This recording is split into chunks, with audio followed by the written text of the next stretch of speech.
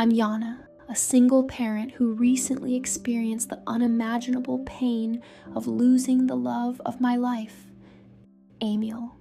After 6 years together, he proposed, and we were finally planning our future. Despite the pandemic and family struggles, we were excited to get married. But just 1 month into our marriage, Amiel started experiencing severe headaches, which turned out to be brain cancer. I found out I was pregnant but couldn't tell him right away since he was unconscious. I prayed every day that he would wake up, hoping our child would give him the strength to fight. Sadly, Amiel passed away before he could meet our baby. I was devastated. I couldn't accept that just after our wedding, he was gone. During his funeral, reality hit hard. It felt surreal that someone I loved so deeply was no longer with me. My mother suggested I move back in with her for support, and I agreed.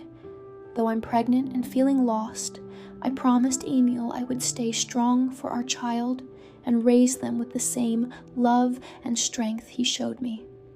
I still cry every night, missing him and wishing he could be here with us. But I will keep my promise to him, focusing on our baby and carrying his love with me always. I still can't accept that Amiel is gone, and I find it hard to believe I'll never hear his voice or hold him again. Having my mom and Janine around helps me cope. They do the housework while I'm struggling with my emotions and pregnancy. Mom, who's been through childbirth multiple times, gives me advice, and I listen carefully. The day I gave birth to Angelo, I had a dream of Amiel smiling at me, and I woke up to start my new life as a mother.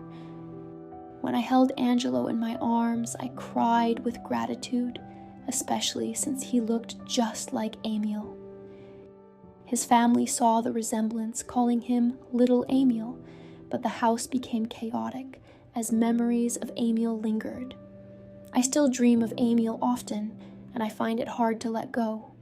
If he were still alive, we'd be raising more children together, just like we planned. Amiel's family was supportive, helping us financially while I stayed home with Angelo. One night, Janine shared that Amiel's presence had been felt in the house, and I wasn't scared. I welcomed it, believing that his soul was still with us, watching over me and Angelo. Days later, I smelled his perfume again, which made me feel like he was close. I started seeing signs of his presence, like Angelo laughing as if someone were playing with him.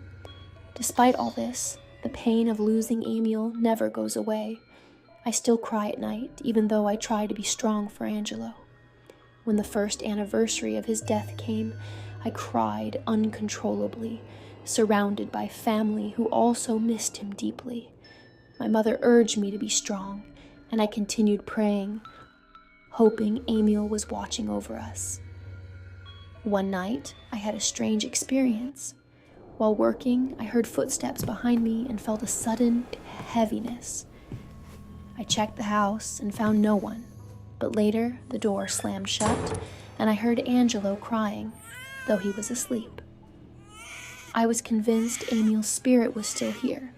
Desperate to connect with him, I contacted a paranormal expert.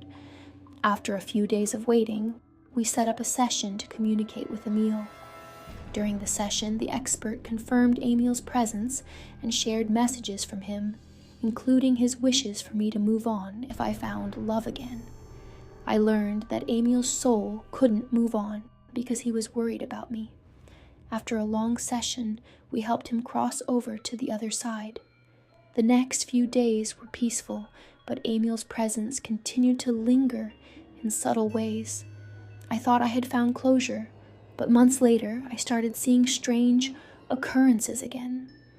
A paranormal expert warned me that something darker might be taking Amiel's form, and I plan to seek help to protect my family.